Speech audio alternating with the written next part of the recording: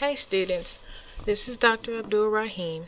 I wanted to take the time out to explain to you about the clinical documentation that you all will be expected to complete during your clinical rotations. First, I want to talk about the clinical paperwork components. Now, depending on the semester that you're in and also the area that you're doing clinicals in, your clinical instructor will give you more detail on how they want these filled out and depending on your area. So for instance, like if you're in the ER, it may be a little difficult to complete a lab sheet or a data form if they're in and out or if they haven't had any labs and things like that. So you would get more detail by your clinical instructor. Okay.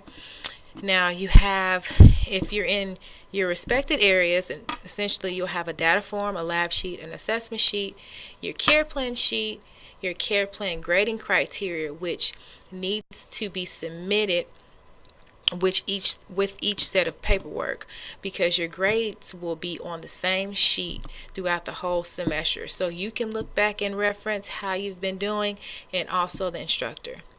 You also will have a drug card worksheet. Depending on your semester, this is typically for first semester, or you'll just have a drug card. The only thing that I didn't include on here is the clinical evaluation, which isn't something that you need to submit weekly, but it is something that I will touch upon. So let's talk about your data form and your lab sheet. Okay, so I'm going to get my pointer out here.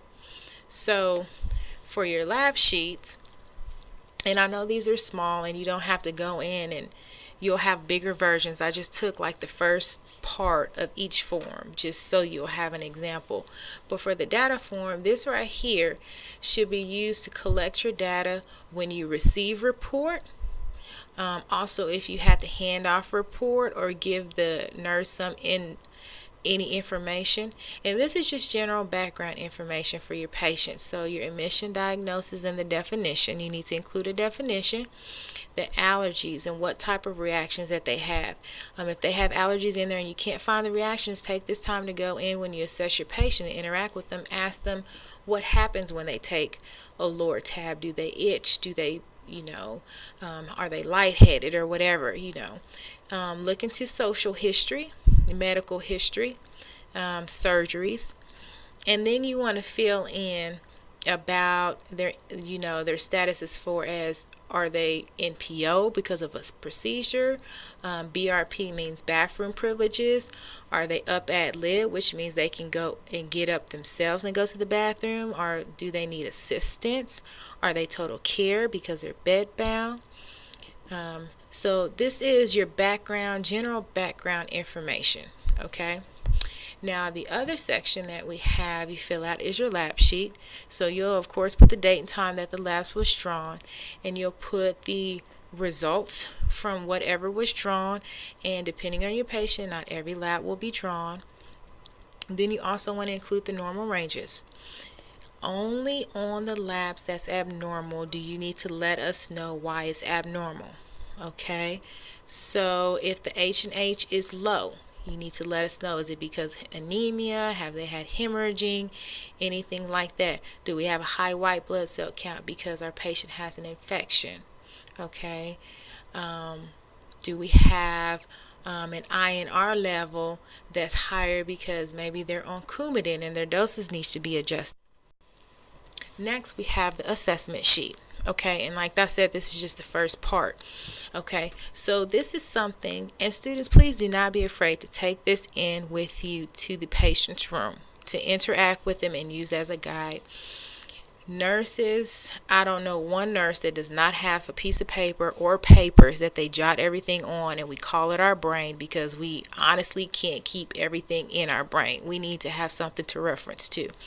So just because you're a student does not mean it's a bad thing if you need to take in your assessment sheet to walk you through some things. Okay, now if you're assessing your patient and everything is normal, I want you to highlight what's normal. Okay, but for instance, if you have a patient whose pupils are 5, which is pretty dilated, okay, and say over here maybe one is 5 and maybe 1 is 2.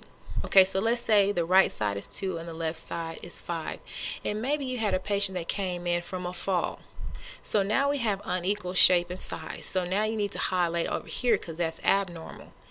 And then you indicate over here that it's abnormal. Okay, or you can say unequal shape and size due to a fall. They may be going for a CT or other things like that, or on some type of medication, or maybe they're blind in an eye and it's not reactive. So you'll write in whatever is missing here that you're unable, that is not an option or an abnormality that's not apparent, for extra explanation over here. Okay, so if it's normal and say your right and your left pupil is equal, you'll put 2 in each and symmetrical, and then you'll just highlight, if it's if they're equal and round, you'll just highlight here because it's normal, or you can circle, whichever is your preference. And then if you have an abnormal and something's unequal, sluggish, fixed, then you can highlight what's appropriate here and then write in anything else that is pertinent to that. Okay, that's how you fill out your assessment. And you want to always make sure that you look at your patient's DNR status and know what their primary language is. Okay. Now, let's get to the care plan. So for your care plan, and I know this sheet looks a little different, it's just because of the background of the PowerPoint. For your care plan, depending on your semester, depending on the semester of the class you're in, your instructor or the person who is teaching, the professor who is teaching your course will tell you how many diagnoses they expect and how many interventions. Okay. Right now for complex care, we're doing 2 diagnoses and 5 interventions, which is indicated here. But this is your care plan sheet that you'll fill out on your patient each week. And then I kind of had to piece it together here in the PowerPoint, but this is one of the sections, like the first part of the nursing care plan grading criteria. So at the top here, as we grade it based on satisfactory, needs improvement, and unsatisfactory. And we will date, and we will go down each column and give you a grade for each section, okay, each week. So this needs to be submitted with your paperwork each week, okay. Ideally, this right here needs to be switched, but ideally the last 2 care plans we want all satisfactory, and this should not be difficult to achieve as long as you've been taking the feedback from your instructor into consideration and fixing your care plans appropriately. If you have anything that's need improvement or even unsatisfactory, don't beat yourself up because there's always room for improvement. Okay. I want to look at this case study really quick. I'm going to give you a minute to read over it, and then we will go ahead and discuss some of our findings, and we're going to put together a care plan so I can show you how all the components fit appropriately and accurately, so that way you can get the best grade that you can possibly get on your care plan.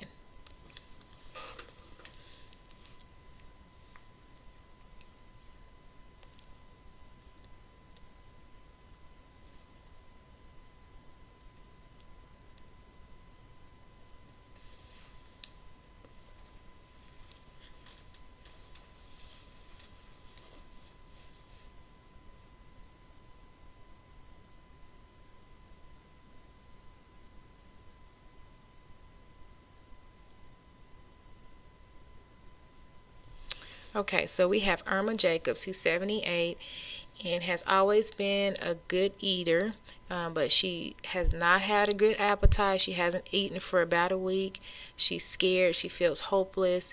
She has a history of heart failure. She has her edema. Blood pressure is a little low along with her heart rate. Her weight has dropped. And she has a history of smoking. Okay, so she's having problems with fatigue, memory, concentration, hair looking dull, pale, anorexic. She's just a mess right now. So when we put together her care plan, notice here I have her initials, okay, because we want to be confidential, and then I have the date of the care, and then you put your name here. Here is a priority list, okay? And oftentimes students miss this. What I did was prioritize her problems, okay? She does have a diagnosis of heart failure. So impaired cardiac output is an issue because she's pale, her heart rate and her blood pressure is a little low. She has a little edema, so we always, airway, breathing, circulation will always come first. Okay, so think airway, breathing, circulation, safety, and then risk fours. If we use any risk fours means a potential problem. And honestly, if your patient has a risk four, more than likely they're about to discharge. Okay, so actual problems take precedence over potential problems. Okay. So impaired cardiac output, and then also malnutrition, right? She's not eating, not able to eat, and she's very tired, so she's fatigued. Okay, so I just put those 3 diagnoses up there.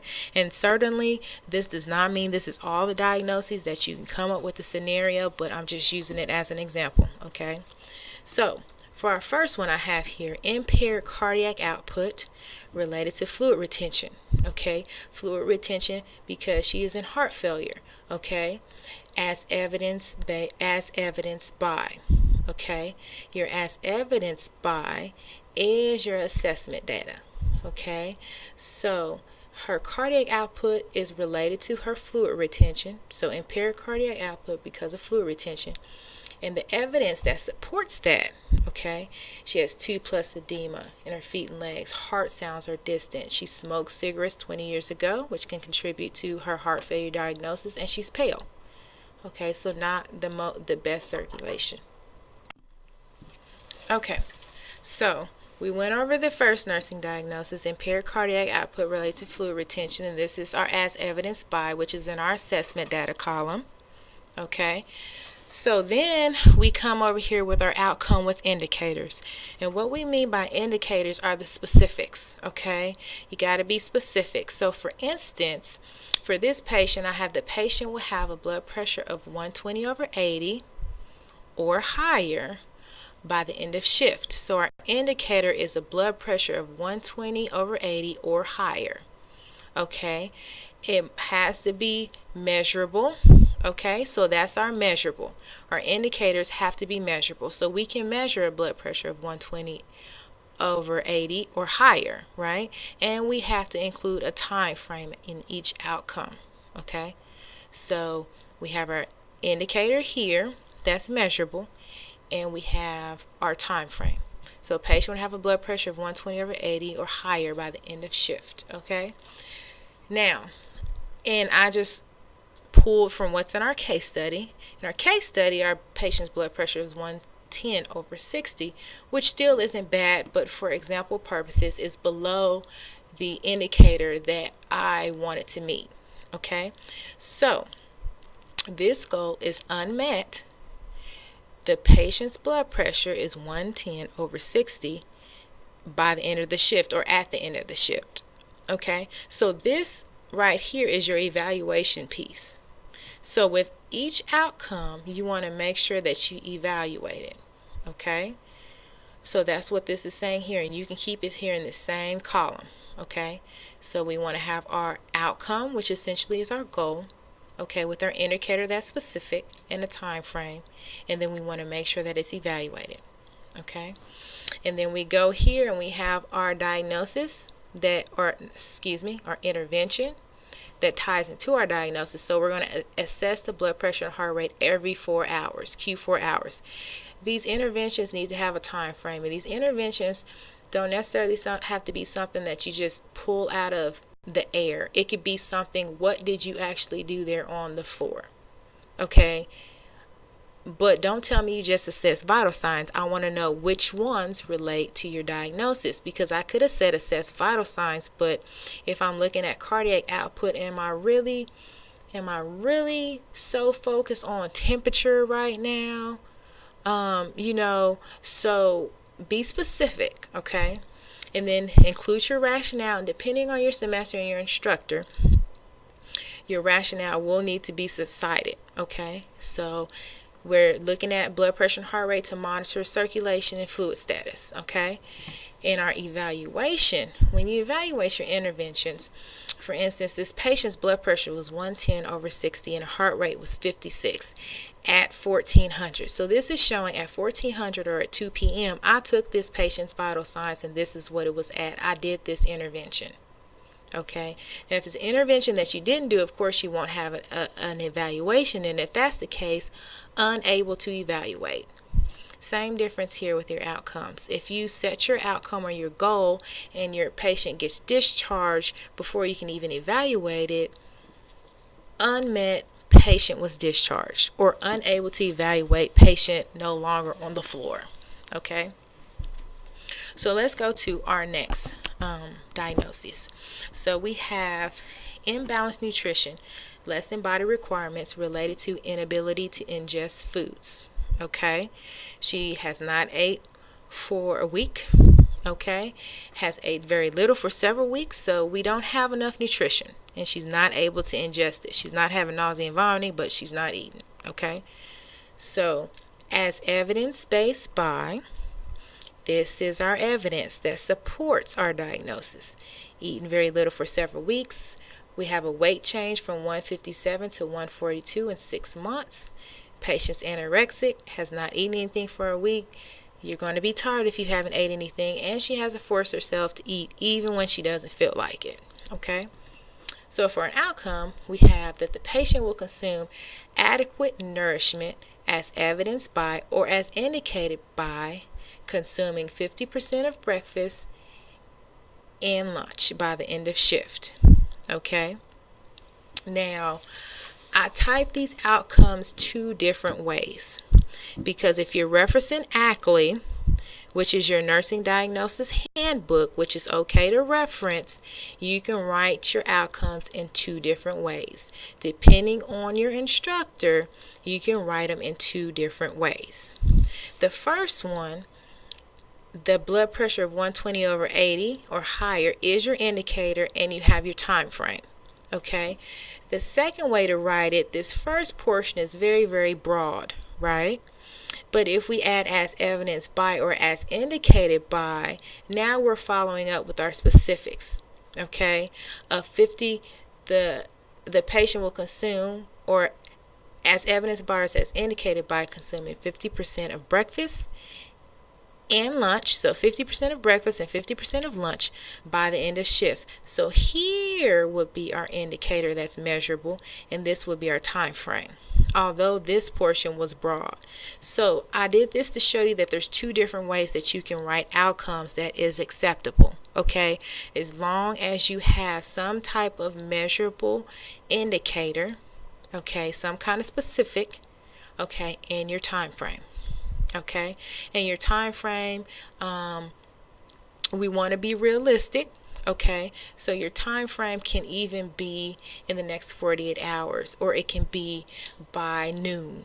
Okay, it can have, or you can say from 8:30 to 12:30. Okay, you can be flexible with your time frames. So for instance, we'll go back down here, and so we have our outcome with our measurable indicator and our time frame, okay, realistic. And then I wrote the evaluations in 2 different ways, just to give you an example of how all 3 meet or work. So if you have in order, if your outcome is met, you'll put met. Patient consumed 80% of their breakfast and 90% of their lunch. Because remember, our goal was to have them consume 50% of breakfast and then 50% of lunch. Well, if the patient ate 80% of breakfast and 90% of lunch, they've met that goal. So that is met. But you have to be specific in telling us how it is met. Now, partially met is acceptable too. Patient consumed 30% of breakfast and 75% of lunch. So this is saying they didn't quite get there with breakfast, but they did for lunch according to our goal. So that was only partially met. Okay. Now, if we go over here to look at the interventions, take daily weights at 6 a.m. or 0600. Okay, usually if you take daily weights, it will be in the morning time, and I know our clinicals start later, which is fine. But we'll take daily weights, right? Because we had issues with eating.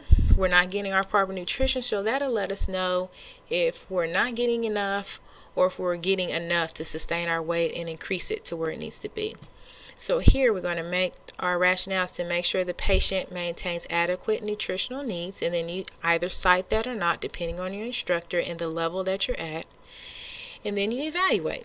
So you might not have been there at 6, but you can look in the chart or you can ask the nurse, because if they have this issue, it will be a weight somewhere. Okay, patient weight was 142 at 0600 or at 6 a.m. Okay, so that's how you complete your care plan. Okay.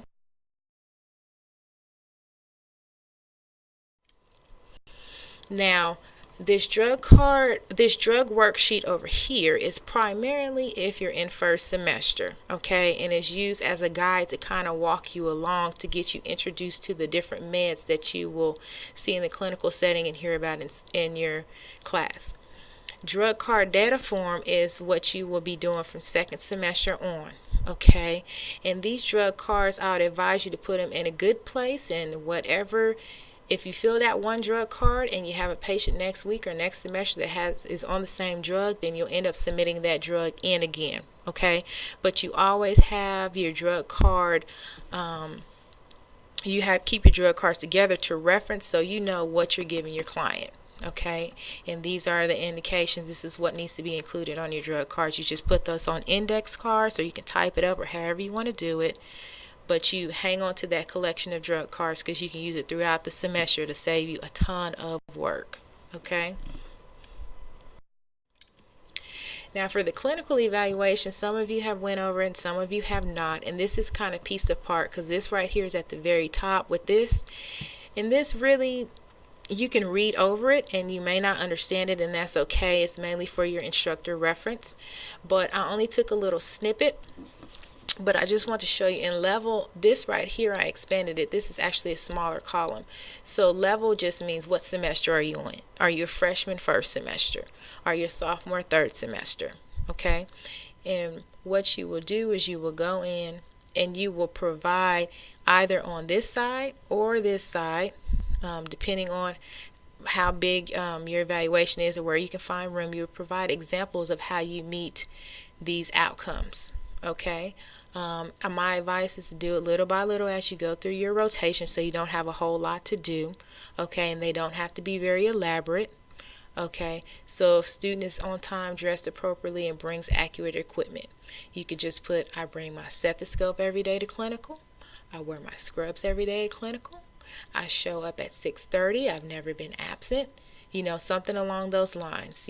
Like I said, you can jot it off over here. You can even use a separate sheet depending on what you want to do, or you can type it. What the faculty do is go in and they'll agree or disagree, or if they had got any feedback from your RN, they'll circle here, and at the very end there's a spot for comments that the faculty will put a pass or fail grade and their signature, okay, and initials. Ideally, we'll use the same evaluation form midway through. You just submit in your comments based on what you've done and what you feel like you've met at your halfway point. So if you're in the 16-week course, we only have 10 clinicals. So at the end of the 5th clinical, you'll submit it to your clinical instructor. And then in the 8-week course, at the end, we'll have 6 clinicals. So at the end of your 3rd clinical, you'll submit it to your instructor. And these will be instructions that will be you will be reminded of as whenever you get in your rotations, and your clinical instructor will keep you in the loop with that as well. Okay, now if you have any questions or concerns, please contact your nursing instructor by phone or by email, or feel free to let myself know or the rest of the professors know. Remember, for clinical, if you have any issues or need to communicate anything to anybody, feel free to call, send a text message, anything like that. We will be flexible with you. If you have any questions about clinical paperwork, don't hesitate to ask. There is no such thing as no stupid question. And I hope that this PowerPoint really helps clarify how the paperwork is expected to be to be filled out, sorry, and the things that you will be expected to do as far as clinical. But like I said, if you have any questions, let us know. Okay?